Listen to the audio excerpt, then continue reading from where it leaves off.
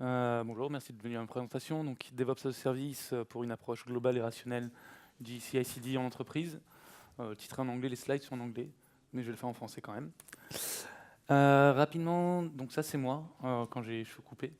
Je suis Jonathan Rocklor, je suis ingénieur solution chez JFrog. Ingénieur solution, qu'est-ce que ça veut dire? Ça veut dire que je fais énormément de relations clients. Donc j'accompagne les clients dans l'utilisation de nos outils, l'intégration de nos outils, dans toute leur chaîne DevOps. Pour ceux qui ne connaissent pas JFrog, je vais expliquer rapidement ce qu'on fait juste après. Mais ce qui est important de retenir, c'est que le principal de mon activité, de mon job, c'est aller dans les conférences, parler avec des gens, rencontrer des clients, discuter avec eux, qu'est-ce qu'ils font, qu'est-ce qu'ils vont faire. Et ça fait 3 ans que je fais ça au jour le jour. Pour aujourd'hui, l'agenda est assez simple. On va avoir une introduction, c'est bien pour commencer. Ensuite, je vais parler rapidement de DevOps, rappeler rapidement pourquoi on fait du DevOps, pourquoi on parle de DevOps aujourd'hui. Très rapide parce que je pense qu'on est un peu tous au courant de ça. Il y a des anecdotes qui sont rigolotes. Ensuite, je vais parler de changement d'échelle. Quelle est la différence entre du DevOps en startup et du DevOps quand on commence vraiment à être dans une entreprise? J'allais dire une vraie entreprise, mais c'est plutôt une entreprise costaud, historique, qui a une autre échelle. Je parlerai aussi de l'importance de la mesure, du feedback et de la télémétrie en général. Et enfin, je conclurai par du top-down vers le bottom-up. Je vous expliquerai plus ce que c'est. Et j'espère qu'on aura le temps pour quelques questions si vous en avez. Alors, très vite, avertissement, ce talk est entièrement basé sur des faits réels, des vraies personnes, des vraies entreprises et des choses que j'ai rencontrées, des discussions que j'ai eues. Je remercierai au fur et à mesure certaines entreprises avec qui j'ai eu des interviews spéciales pour préparer ce talk. Donc c'est tout basé sur des choses vraies et qui se passent en vrai dans des vraies boîtes. C'est pas quelque chose qui vient de ma tête. JFrog, pour ceux qui ne nous connaissent pas, c'est une boîte qui a été fondée en 2008, donc ça fait maintenant 10 ans cette année. Notre vision à nous, c'est que toute boîte est une boîte éditeur de logiciels. Every company is a software company. C'est vrai pour toutes les boîtes. Si vous prenez une banque, par exemple, aujourd'hui, quelle est la principale interaction d'une banque avec ses clients? C'est plus le guichet avec les agences, d'ailleurs elles sont toutes en train de fermer, c'est les applications mobiles, c'est le site web, c'est les softs que produise la banque. La banque n'est plus un fournisseur de services, c'est un fournisseur de software avant tout. Nous, on croit dans le fait que les updates, que le CI/CD, parce que tout le monde est éditeur de logiciel, va aller de plus en plus vite. On va d'ailleurs publier un bouquin qui s'appelle Liquid Software qui est axé là-dessus. JFrog, c'est aussi plus de 4500 clients. Donc quand j'avais écrit ce talk, c'était 3000, maintenant c'est 4005, ça croît assez vite. Et des clients qui sont dans on va dire tous les cœurs de métier.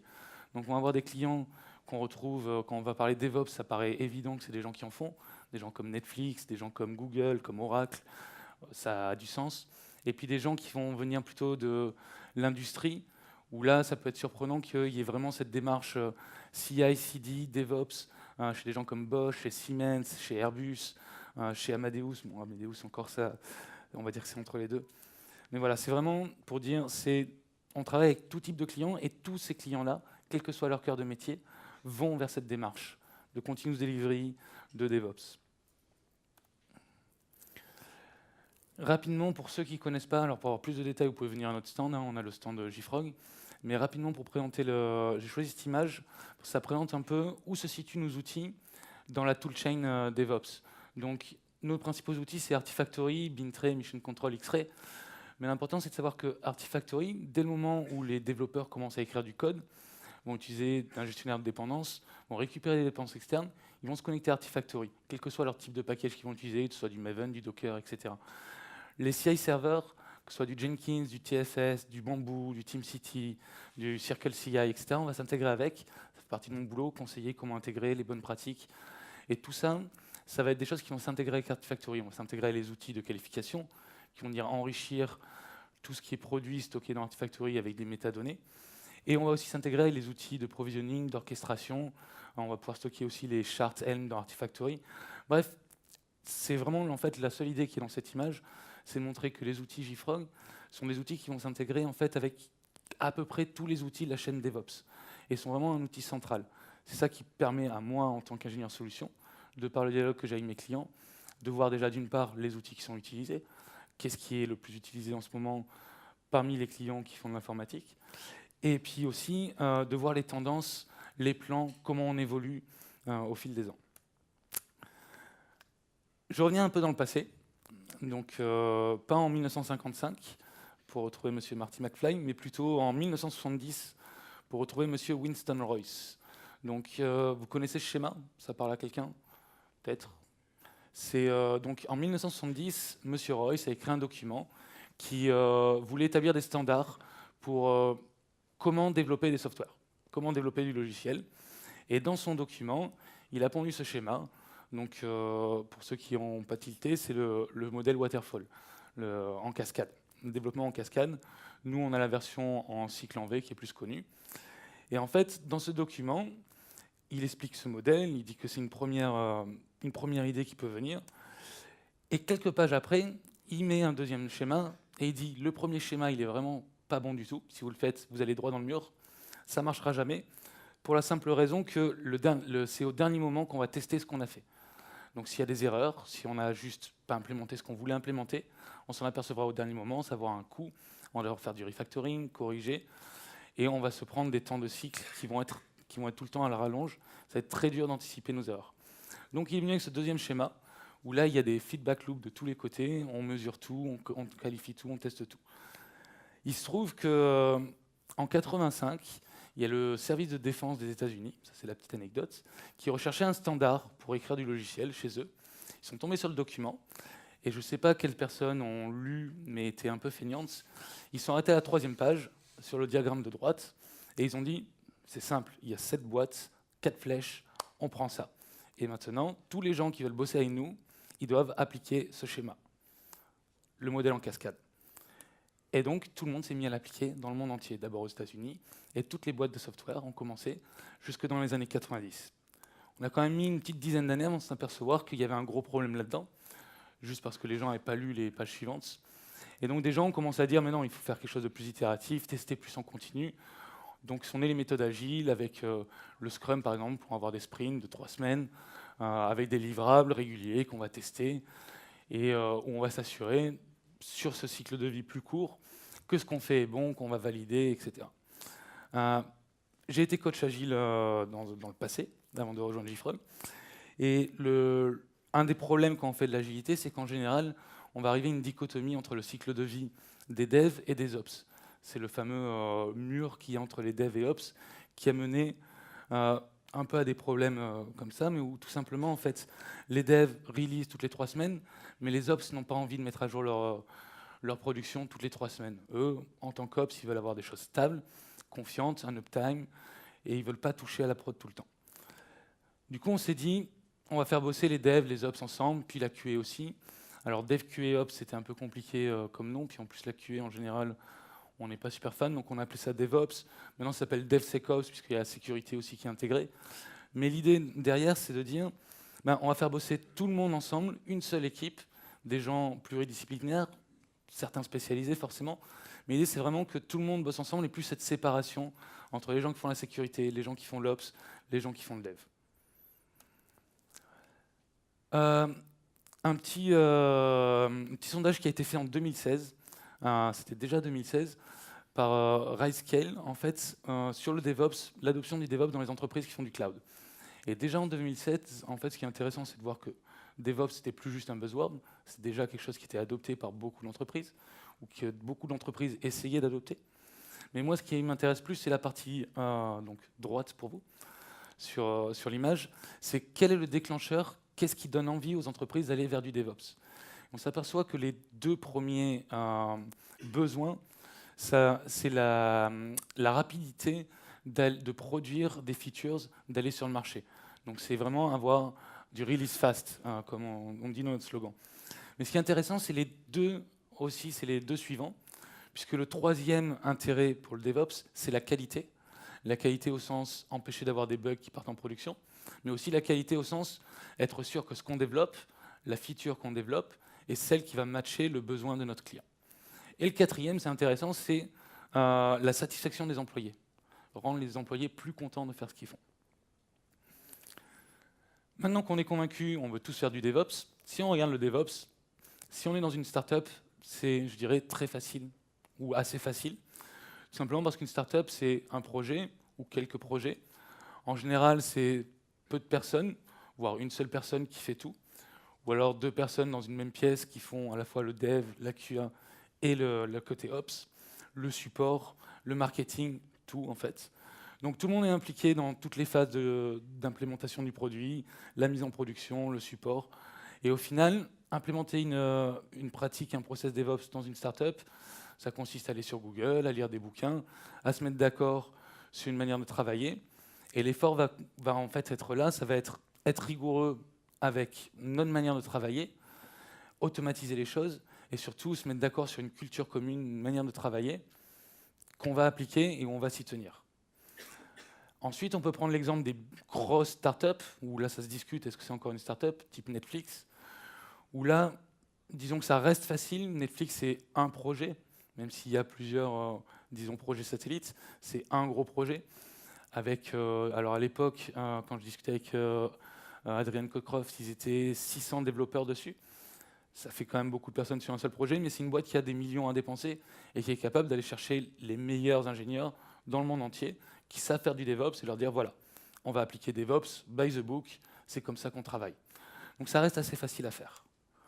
Maintenant, si on prend le cas concret d'une vraie entreprise, ou d'une entreprise qui a un passif historique, là on parle de centaines, voire de milliers de projets, de centaines de milliers d'équipes différentes, des équipes qui sont complètement différentes. Et là, si on va avoir une approche DevOps, il va falloir que notre approche, elle s'applique aussi bien aux legacy, les gens qui vont faire du C, du Fortran, du COBOL, les gens qui vont faire des choses un peu plus hipster, du Go, du Rust, ou ce qui arrivera l'année prochaine, je ne sais pas quel framework JavaScript. Bref, du Docker qui déploie sur Kubernetes. Et il va falloir mettre tous ces gens-là d'accord pour avoir une approche commune, quelque chose qui va marcher pour tout le monde. Les priorités aussi par projet sont complètement différentes. Je prends le cas d'Airbus. J'étais en training chez eux il y a quelques mois et on discutait de ça, de continuous delivery, etc. Et autant pour une application mobile, c'est primordial de pouvoir redéployer son application sur un marketplace dans la journée, dans l'heure, parce qu'on en a besoin si jamais on a un bug qui est passé à travers tous nos tests, qui arrive sur le marketplace, on va prendre des mauvaises notes, au bout de 2 jours, notre application est morte, pour peu qu'il y ait de la concurrence. Autant quand on va développer le système de navigation embarqué d'un avion, pouvoir redéployer une mise à jour ou un patch dans l'heure, dans la journée ou même dans le mois, ça n'a aucun sens. Ce qu'on veut dans ce cas-là, c'est de la qualité. C'est être sûr que le système de navigation embarqué qu'on va mettre dans nos avions, il va être valide pour les 5, 10, 15 prochaines années et qu'on n'aura pas à y toucher. Ça marche, c'est sécure. Donc les priorités sont complètement différentes par projet. Les équipes sont distribuées aussi. Distribuées en termes de géographie, en termes de technologie, en termes de culture, aussi bien par le fait géographique que par le fait technologique, et en termes de savoir. Et surtout, point très important que beaucoup de gens oublient, et ça vient de notre ami monsieur Poincaré, c'est mathématicien. Donc si vous vous intéressez un peu aux maths et à la théorie du chaos, il y a un théorème très simple qui dit qu'un système complexe produira toujours des réactions imprévisibles, aura des comportements imprévisibles, toujours, par définition. Donc, dans un système complexe, il faut comprendre qu'une entreprise, une grosse entreprise, c'est un système complexe. Donc, on pourra essayer d'avoir la meilleure approche, les meilleurs process qu'on veut. On pourra essayer de toujours prévoir tous les cas possibles, tout ce qui peut se passer dans notre entreprise. Il y aura toujours des choses qui sortiront de ce cadre-là.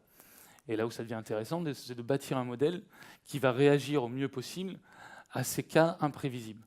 C'est un peu la philosophie derrière les Chaos Monkeys et les Chaos Engineering. C'est de dire, je ne peux pas maîtriser mon environnement, ma prod et être sûr que rien de mal va se passer. Donc en fait, je vais plutôt, moi, faire du chaos dans ce que je fais pour mesurer que mon système réagit au mieux à ce chaos que je produis. Une fois qu'on a vu ça, une approche un peu naïve, je dirais, volontairement, c'est de dire, c'est simple, en start-up, ça marche très bien, c'est facile. En entreprise, c'est compliqué de par la taille. Donc, je vais découper mon entreprise en start-up. Et je vais dire, un projet égale une start-up. Je vais isoler tous mes projets comme ça, rendre les gens complètement indépendants, des équipes qui sont petites, complètement organisées, auto-organisées, qui ont les responsabilités de bout en bout pour leurs clients sur leur projet. Donc ça va s'appeler des squads dans beaucoup de boîtes. On va trouver un PO, les développeurs front office, back office, la QA, le Scrum Master, même des fois le support, le marketing, les sales, les ops, tout le monde dans une équipe, et ça sur chaque projet. Il y a des boîtes qui vont même pousser le bouchon plus loin, ou plutôt le concept plus loin. Par exemple, là, c'est Spotify, qui expliquait en 2012 donc, comment ils avaient organisé ça. Donc chez Spotify, on a cette notion de squad, et puis ils vont réunir des squads en tribus, quand elles vont être sur des domaines qui sont communs. Et puis, au travers des tribus, il va y avoir des chapitres transverses sur des gens qui ont des positions pareilles, des positions semblables, pardon, et des guildes qui vont regrouper en fait des gens qui sont sur des domaines pour faire des workshops, discuter, partager la connaissance. En ayant cette approche de découpage, c'est bien, effectivement, on passe d'un système complexe à N systèmes plus simples. On divise, on donne de la responsabilité à chaque projet, à chaque équipe, puisque chaque projet est responsable de bout en bout de ce qu'il fait. Et puis finalement, c'est un peu le principe de l'agilité. Le problème, c'est que ça s'attaque à la gestion de projet en soi, mais pas au niveau des outils et des environnements qui font notre quotidien en tant qu'ingénieur. Donc ça, c'est quelque chose qui vient de chez ING. Donc chez ING, ils ont une business unit qui s'appelle CDAS, pour Continuous Delivery as a Service. C'est l'équivalent de DevOps as a Service. Donc chaque grosse boîte avec qui je bosse en ce moment a une business unit qui s'appelle DevOps as a Service, CDAS, Toolchain as a Service, etc. Et ING, donc, ils étaient partis sur cette idée-là il y a quelques années en disant, ben voilà, nous on fait pareil, on a des squads, et en fait chaque squad va être une équipe DevOps séparée, indépendante, qui va avoir ses propres outils, sa propre manière de travailler, avec la responsabilité vers son propre client. Très vite, ça leur a pas pris longtemps à réaliser, c'est que en faisant ça, chaque équipe va devoir maintenir ses propres outils. Chaque équipe va devoir investir du temps dessus. On va dupliquer du coup les tâches, les opérations, puisque chacun fait la même chose. Et pire que ça, c'est qu'on va casser le partage de la connaissance, la communication au sein de l'entreprise. Voire encore pire, si on laisse les projets complètement indépendants, on va arriver à un moment où chaque projet va développer sa propre sémantique, son propre vocabulaire, ses propres outils, ses propres process, et bouger d'un projet à un autre au sein de la même entreprise va demander une courbe d'apprentissage qui est ahurissante, comme changer de boîte, parce qu'on va changer complètement de techno, de vocabulaire, de process, de base documentaire, etc.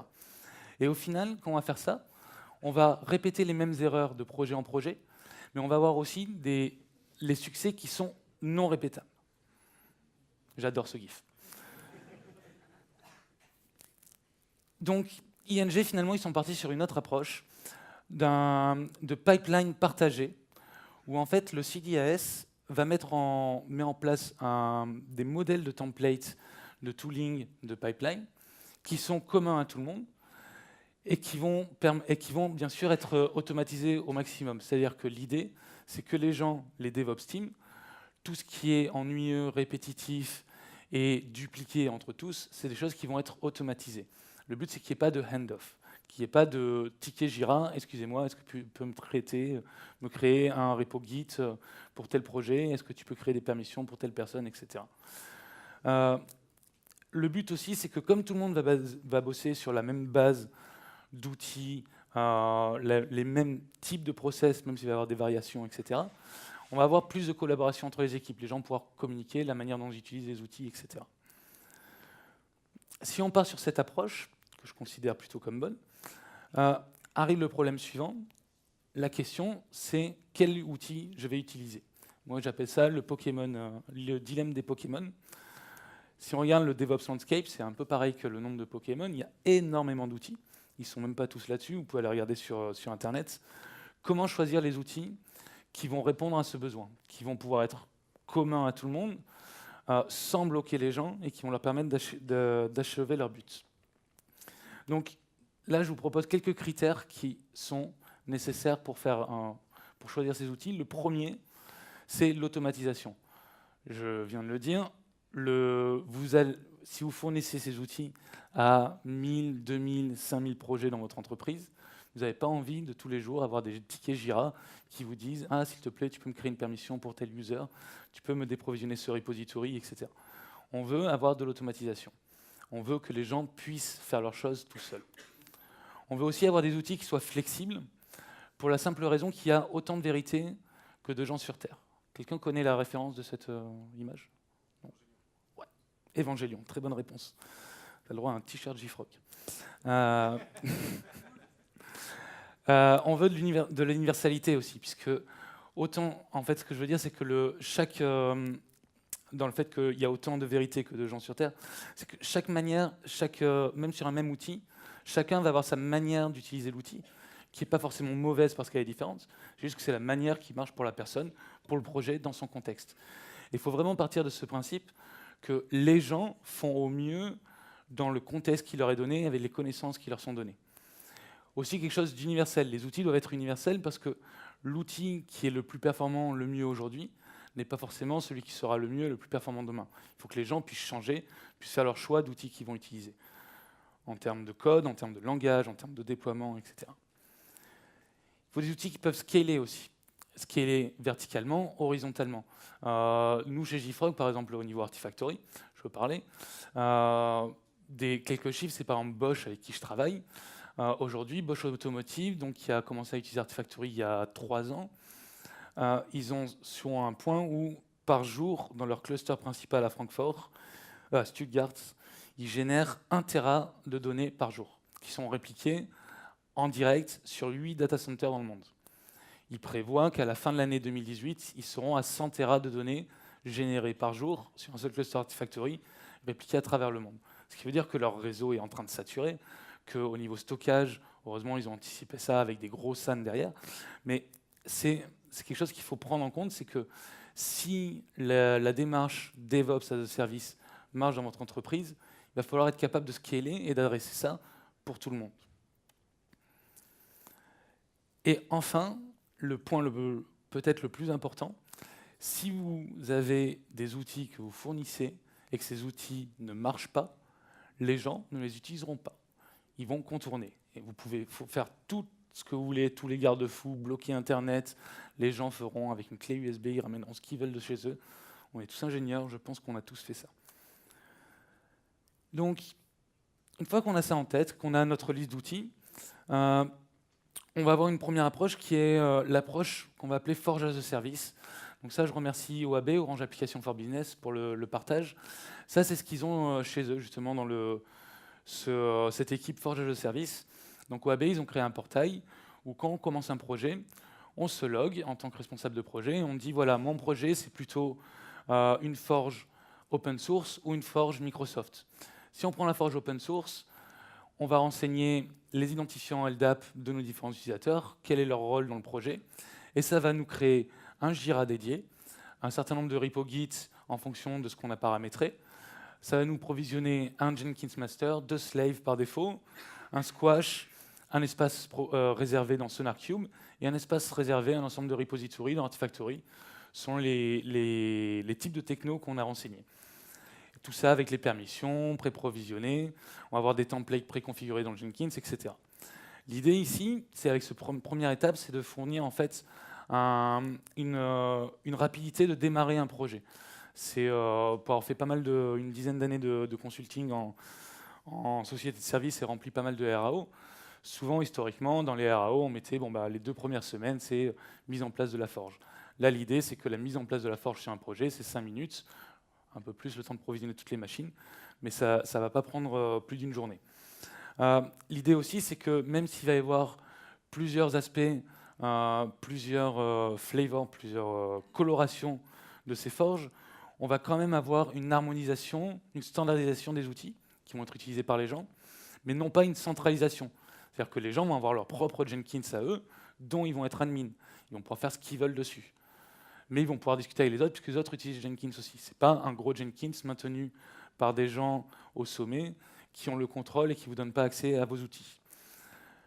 Et finalement, quand on fait cette approche-là, on s'aperçoit que en fait, l'équipe Forge as a Service devient vraiment, et d'ailleurs c'est pour ça qu'elle porte son nom, un fournisseur de services, où les projets, les équipes dans l'entreprise deviennent clients de ce service dans l'entreprise elle-même. Ce qu'il faut faire attention quand on fait ça, et d'ailleurs j'en discutais avec Philippe Ansarguet d'OAB, c'est que très vite on s'aperçoit que si on se focalise uniquement sur ces outils de continuous delivery, on a tendance à mettre le focus uniquement sur la value stream. Value stream, c'est ce qui va du dev à la prod. Et on oublie complètement un des points cruciaux du DevOps, c'est tout ce qui est le feedback, tout ce qui revient, tout ce qui remonte, les informations de ma prod vers mes devs, mais aussi mes tests unitaires, mes tests d'intégration, toutes mes métriques que je peux collecter à chaque étape de mes pipelines. Alors très vite, donc toujours chez OAB, ça c'est aussi des images de chez eux, ils se sont rendus compte qu'eux, de toute façon, avaient besoin, eux en tant que fournisseurs de services, d'avoir des métriques rien que pour eux. Quand on est fournisseur de services, on a besoin de monitorer ce qu'on fait, de mesurer ce qu'on fait. JFrog, on a Artifactory SaaS. Si on n'avait pas de monitoring, on serait juste mort. Donc on en a besoin pour monitorer que tout se passe bien, mesurer l'utilisation des outils qu'on fournit. Et justement, chez Wabi, ils se sont aperçus d'une chose, c'est que quand ils ont commencé à monitorer les outils qui étaient fournis, ils se sont aperçus que plein de projets allaient dans la forge, créer l'ensemble des outils depuis le portail, parce qu'on leur avait dit avant de commencer, tu te connectes, tu suis cette procédure. Mais derrière, ils ne les utilisaient pas. Les gars continuent à builder sur leur machine, à pousser en prod depuis leur PC, et puis voilà, à l'ancienne. Du coup, ils se sont aperçus qu'il fallait peut-être redescendre de l'information, pas que pour eux, mais aussi pour les gens. Donc, capitaliser un peu sur l'information, les bonnes pratiques, les gens qui le font bien, pour bâtir un centre de connaissances. Faciliter, la prochaine étape pour eux, c'est vraiment de faciliter la communication, le partage entre les bonnes pratiques, entre les différentes équipes, pour que les équipes se poussent elles-mêmes à utiliser les outils. Aussi, ils se sont aperçus que grâce à toutes ces analyses de données, en activant des métriques, donc eux, ils utilisent essentiellement Splunk pour ça, ils arrivent à détecter des choses comme tiens, ce projet, parce qu'on sait que c'est un projet qui est sur telle techno, qu'il était censé finir dans 6 mois, vu son état d'avancement, on sait qu'il va avoir du retard.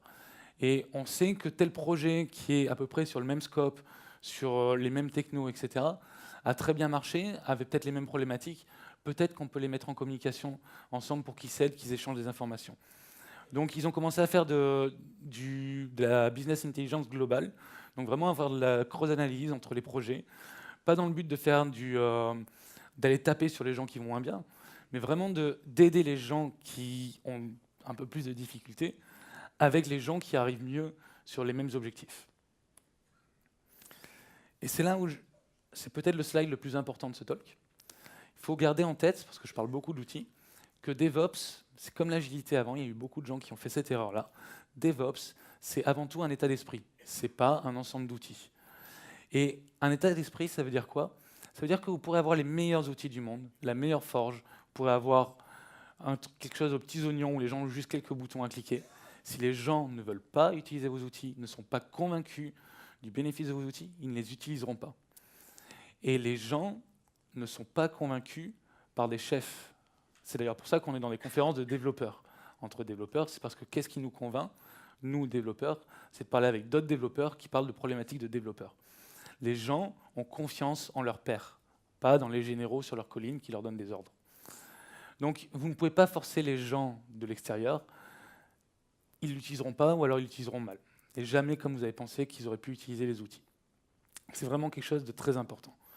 Et quand on a compris ça, une approche que j'ai trouvée vraiment intelligente, ça c'est ING Bank, donc le CDIS Service, leur portail.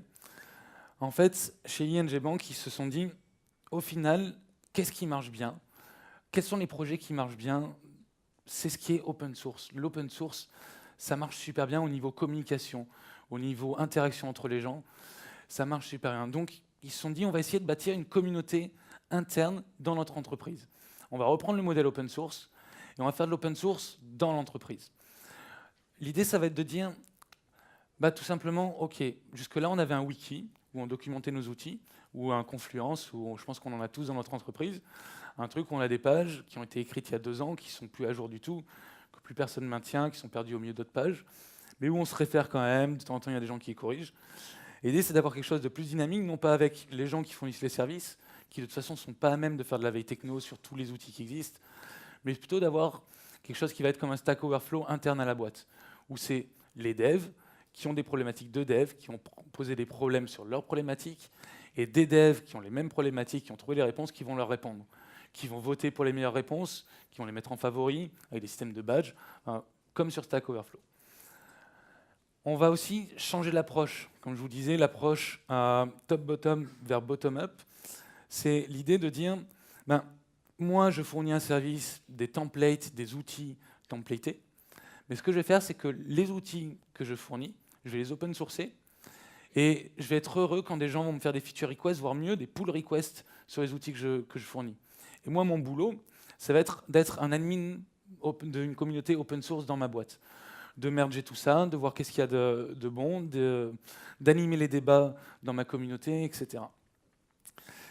Et aussi, au sein des équipes, chez ING, ils donnent la liberté aux équipes projets, de dire, voilà, moi, ce que j'ai fait dans ce projet-là, cette librairie, je vais l'open sourcer au sein d'ING, pas dans le monde entier. Mais je vais l'open sourcer au sein d'ING, donc ce repo Git, je le mets disponible, public à tout le monde au sein d'ING.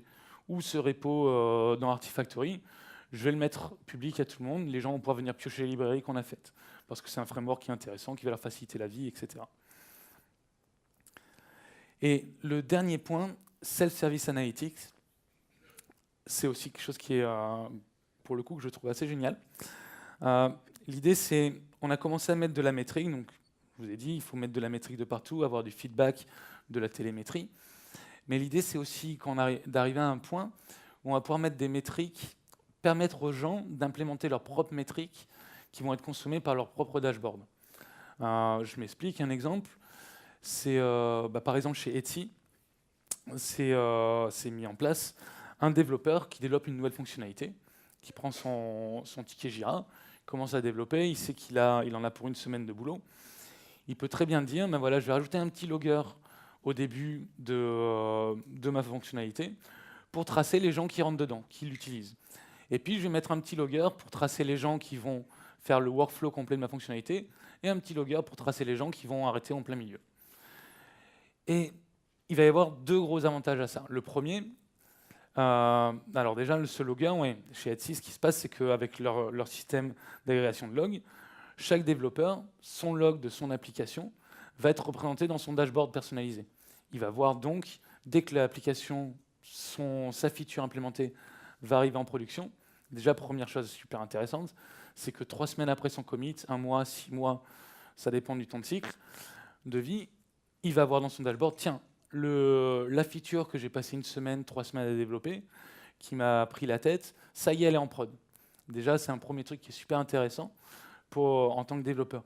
Deuxième chose, c'est que grâce à ces logs self-service qu'il a mis lui-même, il va pouvoir voir en temps réel, tiens, ma feature est disponible, là j'ai des utilisateurs qui rentrent dedans, j'en ai qui l'utilisent pas, et avoir finalement un retour sur ce que lui-même a fait direct par rapport à sa production. Et ça, même en étant dans un système super complexe, dans des boîtes où normalement il y a une couche de hiérarchie qui fait que finalement le dev, concrètement, sa feature qu'il a développée, il n'en entend parler que quand ça ne marche pas, et qu'ils vont lui dire on a un problème en prod, c'est ta faute. Et pour conclure là-dessus, je vais essayer de résumer un petit peu en donnant des petites pistes de ce que j'ai vu. La première chose à faire, le premier conseil vraiment qui est commun à tous les gens avec qui je travaille, c'est commencer petit, si vous avez une telle approche, mais penser gros. C'est-à-dire commencer petit, mais penser à qu'est-ce qui se passera si ce que vous implémentez pour votre entreprise marche du tonnerre et que tout le monde l'adopte. Comment est-ce que ça va scaler? Comment est-ce que ça va se déployer? Ensuite, pour commencer, il ne faut pas, donc, dans l'idée de commencer petit, c'est commencer par quelques projets. Et ces quelques projets, il faut les prendre de manière à ce qu'ils soient représentatifs de l'activité de l'entreprise. Donc, une bonne idée, c'est de prendre des buts qui existent dans votre entreprise. Je vous ai dit, les buts de la démarche DevOps ne sont pas les mêmes par projet. Ça peut être, en gros, il y a 3 buts qui peuvent arriver: la rapidité, le coût et la qualité. Prenez, si vous avez ces 3 types de buts dans votre entreprise, vous devriez à minima avoir 3 projets pour commencer, avec chacun un but d'améliorer un seul de ces critères. On ne peut pas commencer sur un projet en disant je vais baisser le coût, améliorer la qualité et en plus faire ça plus vite. Et il faut partir avec des objectifs quantitatifs.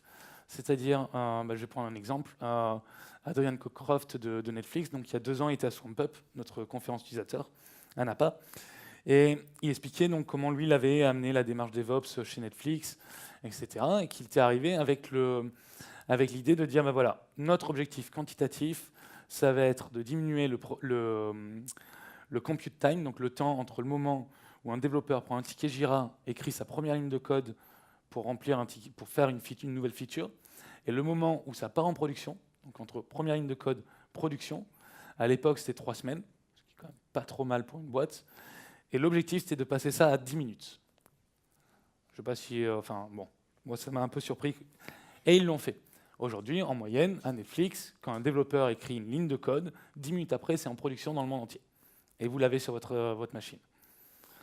Ça passe pas que par des outils, c'est casser toute l'archi, en découper en microservices, etc., etc.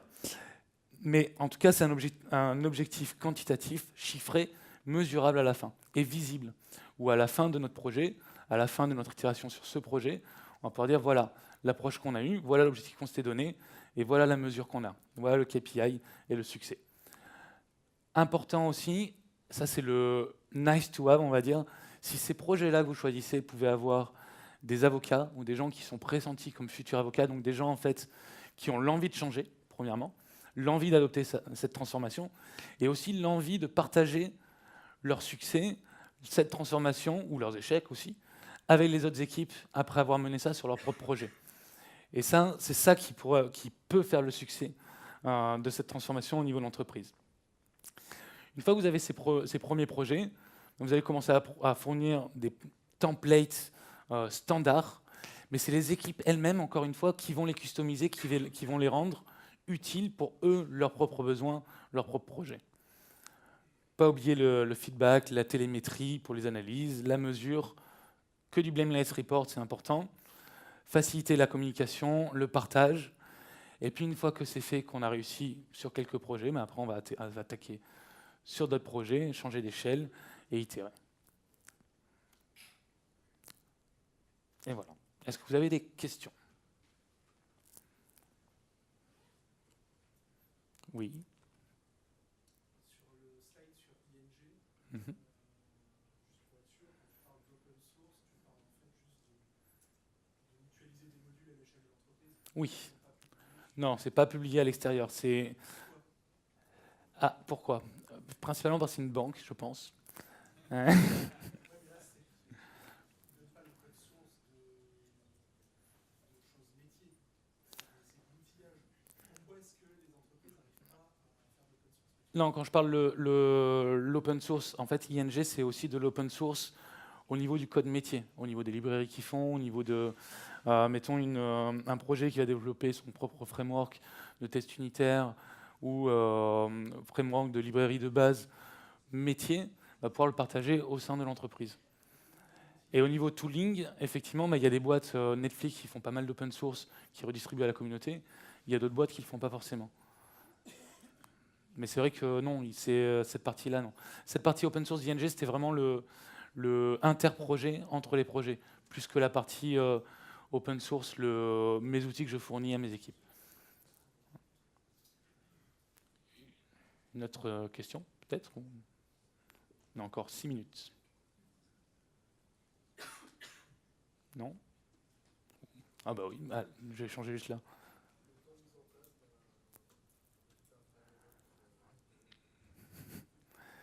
Alors, ça va dépendre de la boîte.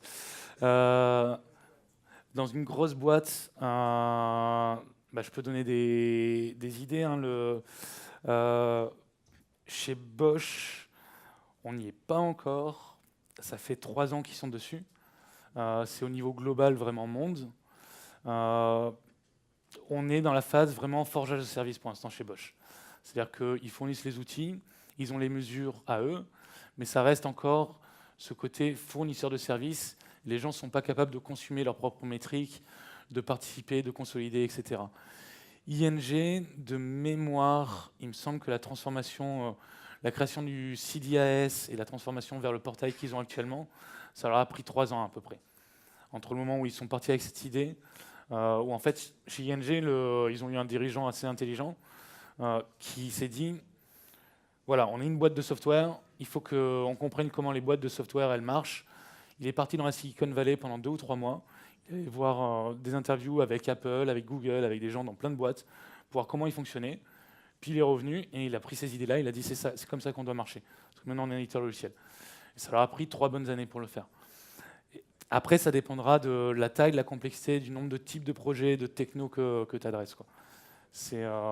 Mais ça ne prend pas quelques semaines ni quelques mois. C'est plutôt en 1, 2, 3 ans. C'est un projet de longue haleine. Donc tu avais une autre question. C'était la même. Ok, d'accord. Ici, pardon. Ouais.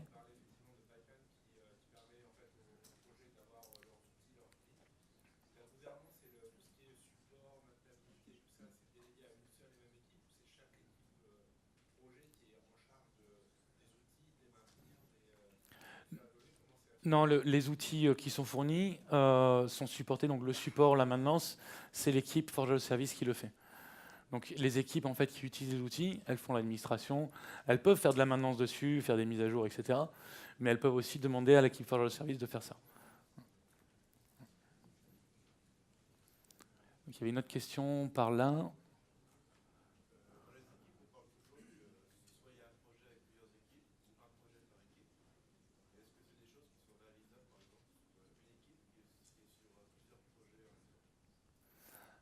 Est-ce que c'est réalisable sur une équipe qui est sur plusieurs projets en même temps? Là, c'est plutôt de la gestion de projet, en fait. C'est vraiment le côté agilité. En fait, ça va dépendre des technos, des stacks. Après, on peut très bien, si c'est une seule équipe, si les projets utilisent les mêmes types de techno, il n'y a pas de raison d'utiliser forcément des forges complètement différentes. On va les isoler les environnements, mais il n'y a pas forcément de raison. Donc là, je n'ai pas de réponse toute faite pour ta question, pour être complètement honnête. Je dirais que oui. Bon. Et j'ai une question là-bas.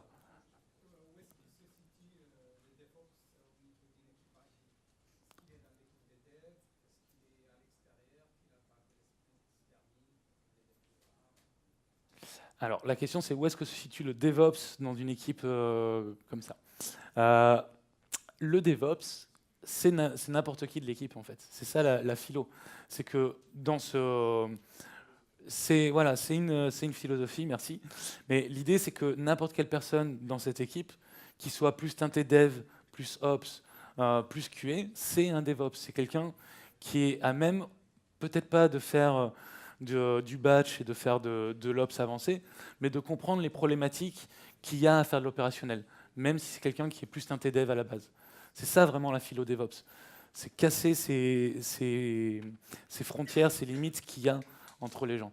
Donc, au final, tout le monde est DevOps dans une équipe pareille. C'est vraiment ça le concept.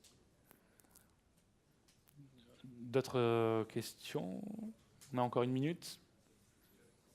Ouais, vas-y.